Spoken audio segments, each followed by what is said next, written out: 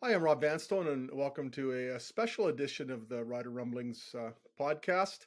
As always, I'm accompanied by my worthy constituent, Dr. Marie McCormick, and we have a special guest this week. Saskatchewan Roughriders President and CEO Craig Reynolds is with us, and we are especially appreciative of your time, considering that you're also the co-chair of the Grey Cup Festival, a subject that will devour most of our time today. So thanks for making some time, especially at a time such as this, Craig.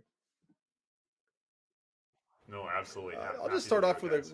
we'll hit you with a few football related questions or Rough Rider related questions, and then segue into the festival. One question I am getting a lot from people, and maybe it was I was remiss in not asking it last week when you talked to the media, was where's the bar set for next year? What has to happen for contracts to be extended beyond of Craig Dickinson, of Jeremy O'Day to be extended beyond 2023? Are we talking a home playoff game? Is there a certain benchmark that needs to be reached in your appraisal, Craig? Yeah, it's really hard to say. Obviously, we need to have marked improvement on the field is one way to describe it. And I think I mentioned it last week. We do set goals here, and one of those goals is to host home playoff games, and that's done because hosting a home playoff game. As we saw this weekend during both the West semifinal and the East semifinals, it positions you quite well to move on in the playoffs and eventually play in the Grey Cup game. So that's one of the organizational goals, but it's not fair to sort of say that is the trigger point and or there is a trigger point. What I think we need to see is we need to see marked improvement on the field. We need to see winning football on the field. Ultimately, we need to we want to make the playoffs, and we want to make some noise in the playoffs. We want to get back to sort of the winning ways we've really had since 2016, and even how we started off last season. Starting the season off 4-1, it was things started to spiral a little bit, and we couldn't get back to winning football, and that's really what we need to Hi, return Craig. to next year. Thanks again for doing this. I kind of like being on the road covering a playoff game, though, a little more than sitting watching it on my couch. Anyway, Craig, I have my notes here. What message do you feel was sent when so many fans stayed away from the final regular season home game? Was there a message there? I think there was a little bit, Murray, and we sort of saw it in the last two games, and I think it was a message of disappointment. I think there was a lot of expectations that we had here, and expectations are really good. We want those high expectations. We had high expectations, and we didn't meet those this year. We started to, like I said, the season got away from us. We weren't playing winning football. We weren't even playing really exciting football in terms of scoring and offense and those types of things. So yeah, I think there was some frustration shown by some fans. We have outstanding fans. They have so much passion. They love this team. They love the league. But there was frustration when you're on that type of a losing streak, and losing games at home. We talk here about how important it is to win home games, and that was one of the things I was most disappointed. And I know the entire organization was most disappointed with this year was we were losing home games, and we have a competitive advantage at home with our crowd, and we weren't sort of utilizing it, I guess, if you will, and we just didn't have. The level of success toward the tail end of the season that we saw at the beginning of the season. So yeah, I think there was a little bit of frustration Craig, much has been being made of shown. the contractual shown. situations regarding Jeremy and of Craig Dickinson. What about yourself? Where does that stand as far as how much the duration remaining on your contract?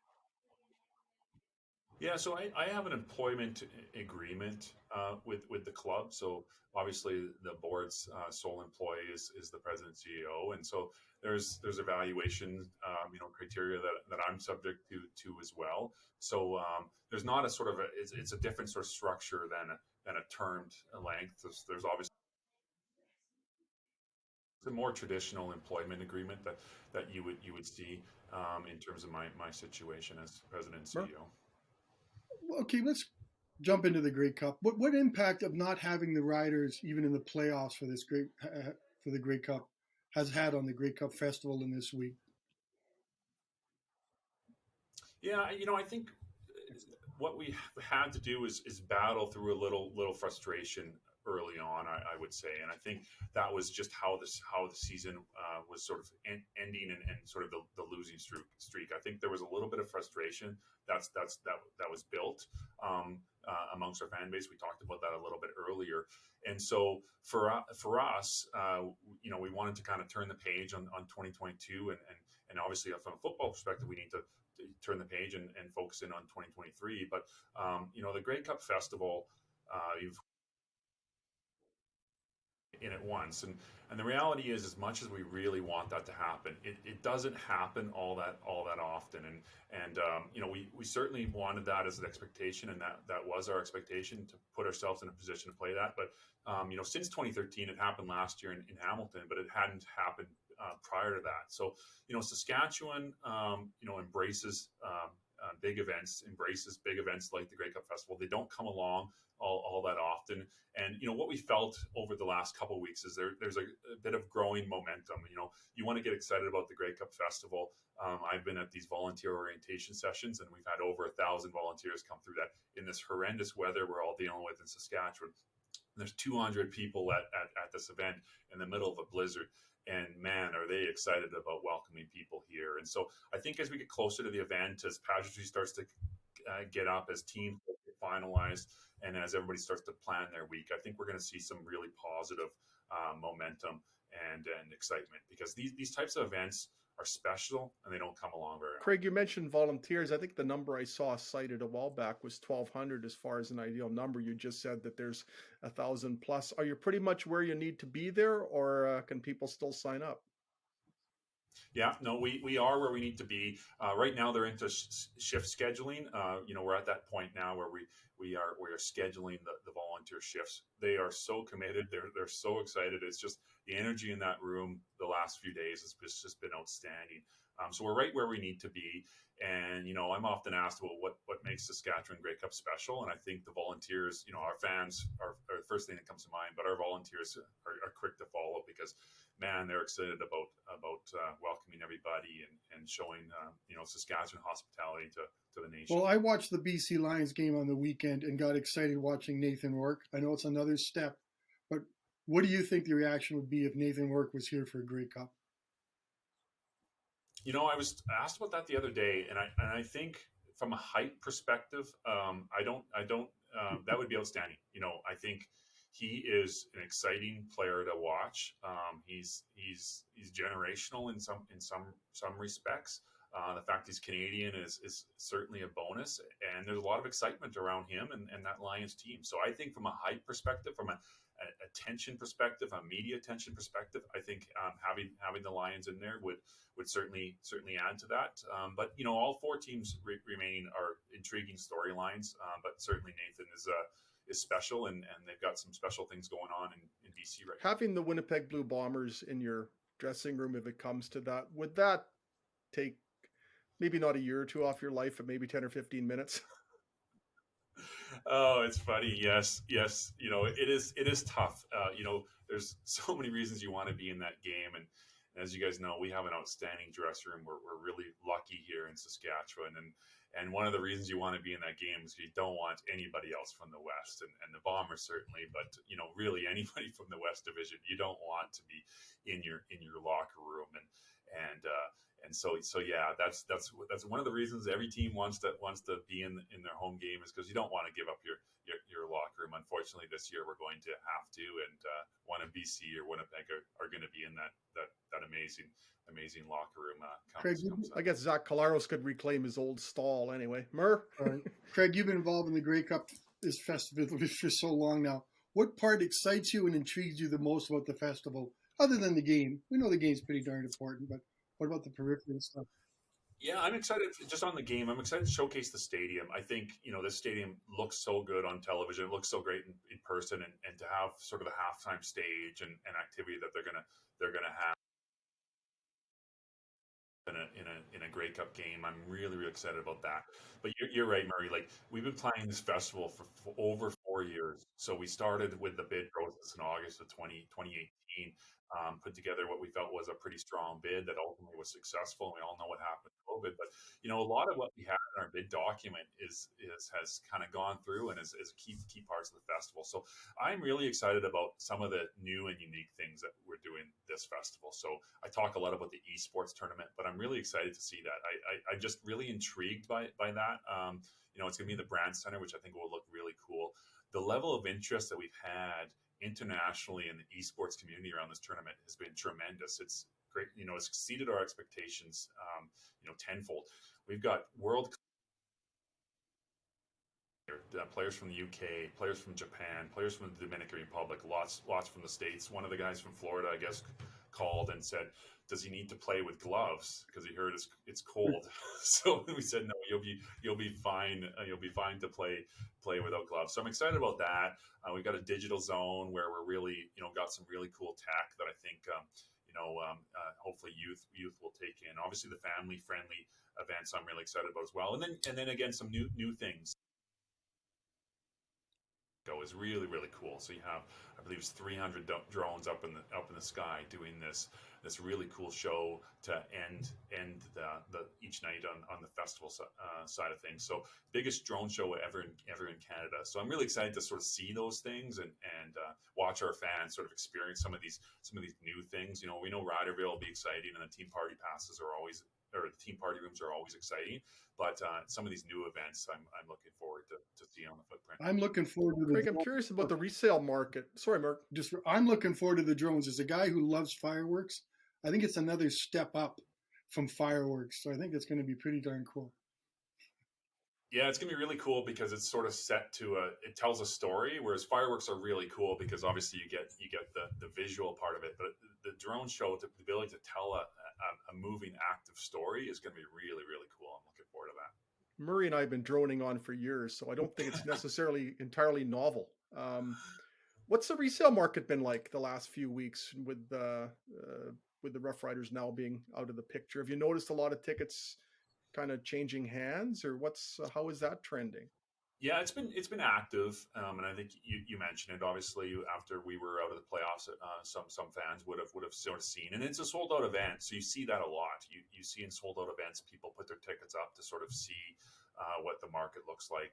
The reality is the market is above face value right now, so there's not discounting or anything like that, and we don't think there will be. All the remaining teams here, like I said, have intriguing storylines, have fan bases that are going to be excited to be here. And I know Rider fans, when it gets closer to Sunday and when matchups are set, are going to be excited about being in the stadium as well, whether that's even cheering against whoever is playing. Like I said, it's pretty special, and we're very, very lucky here to have the stadium we do. And the first Grey Cup here is really, really special. And I think the stadium's going to represent the province very, very well. I hate to bring up my age again, but there's no Grey Cup parade. And a lot of us have grown up with the Grey Cup parade. And we remember the 13 Grey Cup parade, probably the coldest day of the year. Why isn't there a Grey Cup parade? Yeah, I think a couple things. You hit on one of them is the not knowing what the weather was going to be like. We noticed that in 13. It was well attended, but it was really, really cold. And it was really, really cold. So we haven't had a parade. We've got in terms of scale, it's the biggest Grey Cup that's ever been put on in terms of the number of events. But a parade was something that we just substituted some other things for it. In terms of something that sort of is parade-like, we've got our Highway 11 Cup Run, where we're actually taking the Grey Cup from Saskatoon, where all the events are kicking off, and making that journey that so many Rider fans do on game day down Highway 11. We're stopping at the treaty handover between Treaty 4 and Treaty 6 and recognizing that. We're driving through some towns on the way down here, Davidson and Lumsden, I believe, and driving by some schools. So that will be parade-like. It's just not going to be, in Regina this time. No Foam Lake? No, it's a little bit out of the way. I was advocating, but then I looked at the map and I'm like, no, that's going to add 4 hours and the Grey Cup will get here Wednesday at midnight, and that's not going to work. As far as, compared to a year ago when, I mean, it was sort of a normal season, except it was 14 games. There was so much COVID, so many COVID precautions, etc., and so much hesitancy. How do you think this Grey Cup will differ from last year's in terms of just what can be done with the festival now that COVID is still part of our lives, but it isn't hovering over everything the way it was a year ago? That's what we're really excited about, is just having a full Grey Cup festival. We actually, this is like I referenced before, this is essentially the Grey Cup festival that we did. There were some small alterations, but a lot of them weren't necessarily COVID related. There were some other reasons why we altered some things. So that we're really looking forward to that, because I felt when I was in Hamilton last year for the Grey Cup, I felt the energy. You're reminded of the energy of a Grey Cup. After we lost the 2020 season, to be back in there and feeling that energy. But it was really scaled down for good reasons. We were right before the Omicron variant, and lots of sort of still concern with COVID. And of course, we're still in that environment, but it's really nice to be able to have the scale and scope that we're having here, the family-friendly events that we're hosting, the outdoor street fest, the indoor mosaic village. Like, we're able to really activate the entire footprint and have a more traditional Grey Cup festival. And in fact, one that's bigger than we delivered in 13. Craig, we know everything we've gone through since 2019 with COVID and stuff. How important is the Grey Cup festival and game to the league's bottom line and to the Riders' bottom line? It's important. It's our biggest signature event as a league. Obviously drives interest and those types of things, but it also drives financial results as well. And from a club perspective, we were able to weather through COVID, but not without some hits and some challenges. And we're still rebuilding the organization a little bit. Had to manage through 2020, through 2021, and even into 2022, we just weren't at where we were prior to COVID. So this will really help the club from a financial perspective to kind of get back to where we were financially, and then be able to reinvest and reinvest back into the club, back into our fans, and do some of the things that we just weren't able to do the last couple of years, whether that's community things, whether that's I'm really proud of our game day experience this year, but we always wanted to get better. And so some of that, you need a healthy balance sheet to be able to do. And this will really, really help us get back to that level. If I may segue for a second, just back to football, sort of piggybacking on what you said about the finances as a result of the Grey Cup. How do you think the team made it through 2022 as far as crowds, et cetera, and how might that affect the bottom line as well as the Grey Cup? Yeah, so our crowds were lower than pre-pandemic levels. Clearly, we had an outstanding crowd on Labor Day. That was actually, and that's interesting what we're seeing in this post-COVID environment, where large events tend to drive attendance, and so when an event is perceived to be large, like the Grey Cup, you tend to see people get excited and attend those events. And we saw it at Labor Day this year. It was actually the second most people physically in that stadium after Labor Day of 2017, the year it opened. So we had tremendous people actually in a number of people in the stadium. We were hit with a few things this year, I think, that all sort of added up to some attendance issues. Obviously, we talked about I think in the later stages, we saw some team performance impacts, and certainly in the last 2 to 3 games, we saw that.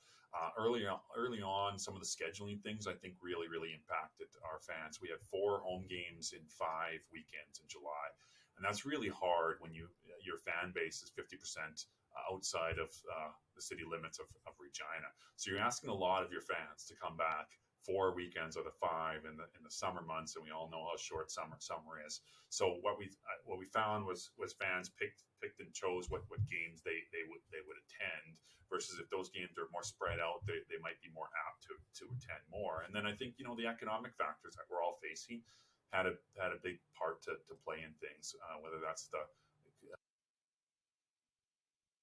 and are still to a certain extent, and then the interest rate environment that we're seeing, and people's mortgages costing more, those types of things. The first thing to be cut is discretionary spend, and we know that. So there was a number of sort of factors all adding up to things. But having said all that, I was really, really happy, given all those factors, that with the year that we had, it was a strong financial year overall. And we had really good, the folks that came to the stadium, really good per caps. They were buying merchandise. They were spending money on concessions, pardon me. So it was a really good year that way. And of course, coming out of COVID, as I mentioned before, we're still managing the organization differently as from an expense perspective. So overall, our finances were really, really good this year, and they'll be added to or supplemented, if you will, from a successful Grey Cup. Craig, one of the questions I get, because I have daughters and stuff, is they wonder, is the schedule going to be out in December again? And I know it's probably your first schedule question, but it might be the hottest question in the league, and they wonder, people appreciate it. Is there plans to have the schedule released earlier again? Yeah, there is a plan. So it's our goal to get that schedule out pre-Christmas, and all the sort of scheduling constraints, if you want to say it that way, are into the league office. And I know they're working on their first draft. It usually takes a couple drafts, and some things change. But once you get that first draft, it tends to move quite kind of quickly to get a schedule finalized. So we haven't seen a first draft of it yet, but the intention and the hope is to get it done, in that mid-December timeframe, like we did last year. Big change in the games. Craig, in '95, there was the Huddle Up in Saskatchewan theme, and the homestay program was so crucial to even making that doable in '95. We don't hear much about that anymore. Is the hotel capacity increased, or Airbnbs or what have you increased to the point where that's not required anymore? Or how has that evolved?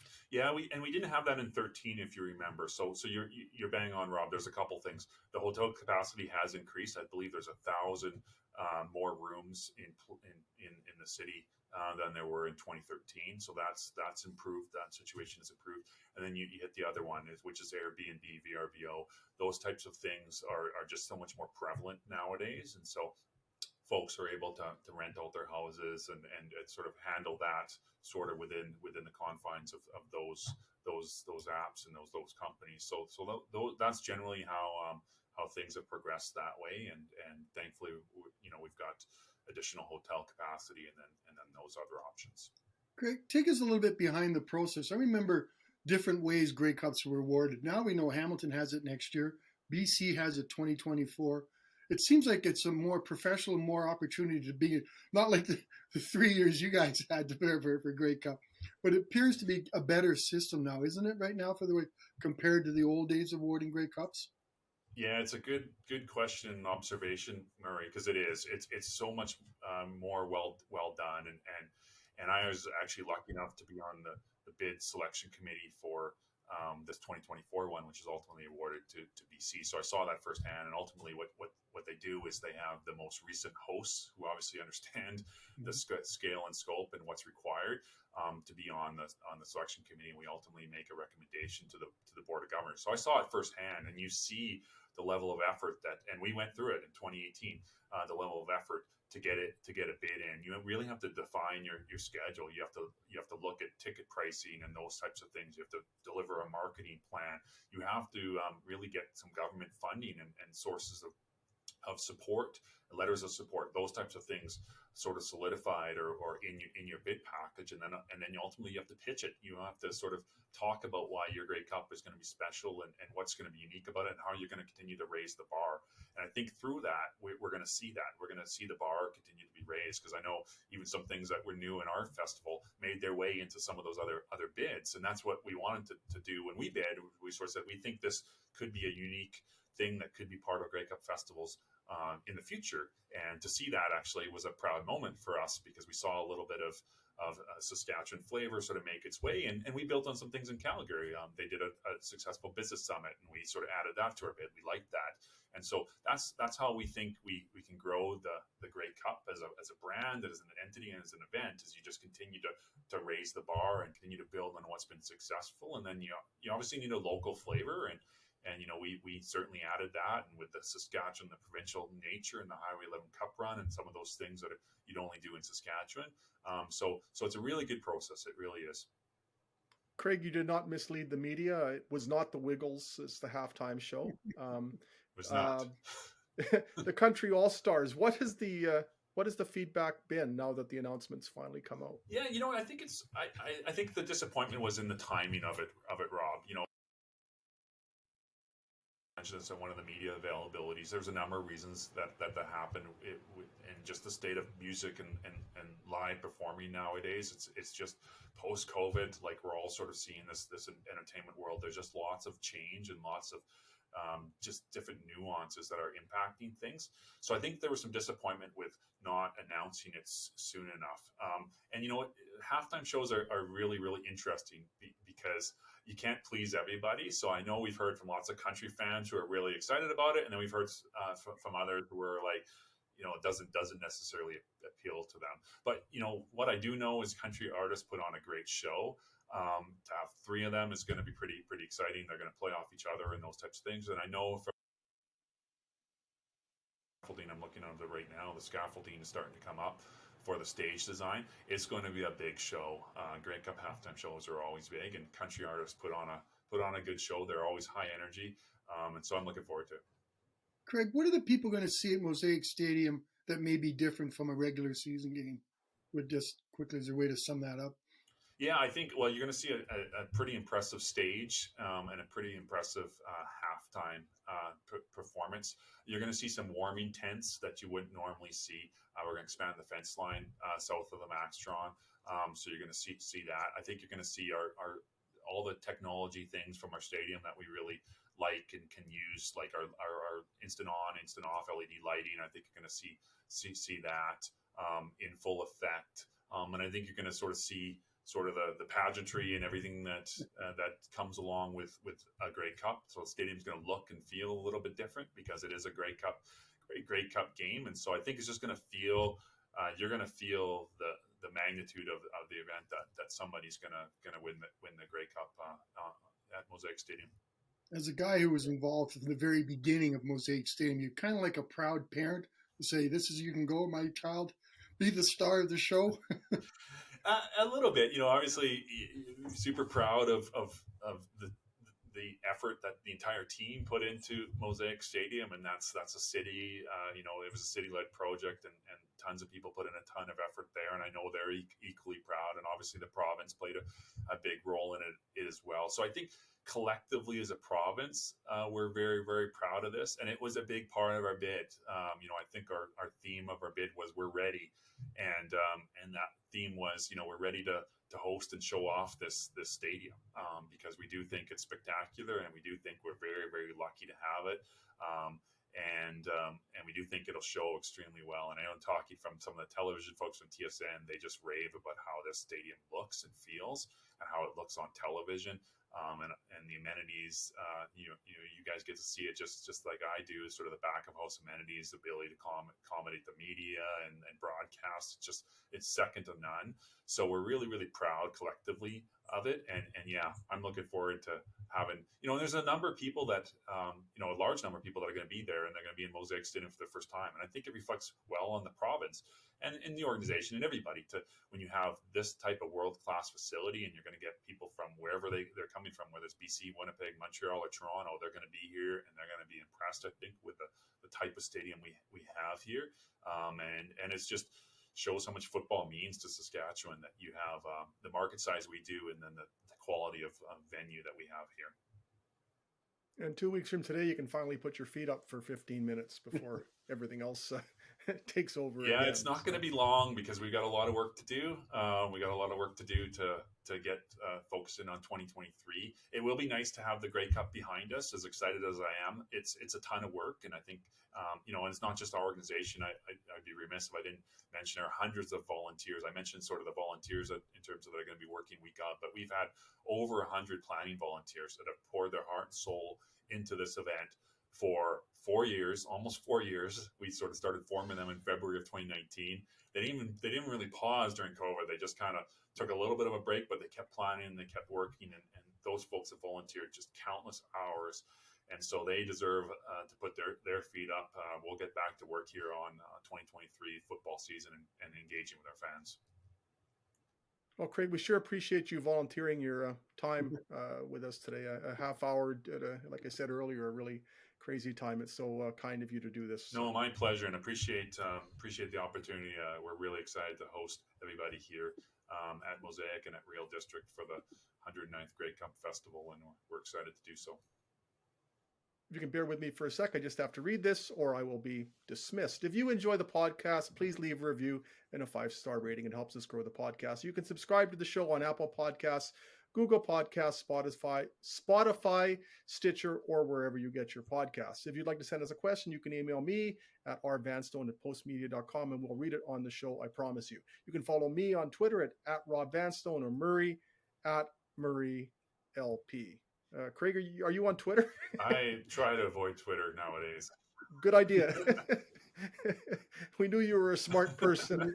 Pay your $8 to get verified. Yeah, maybe I'll do that down the road.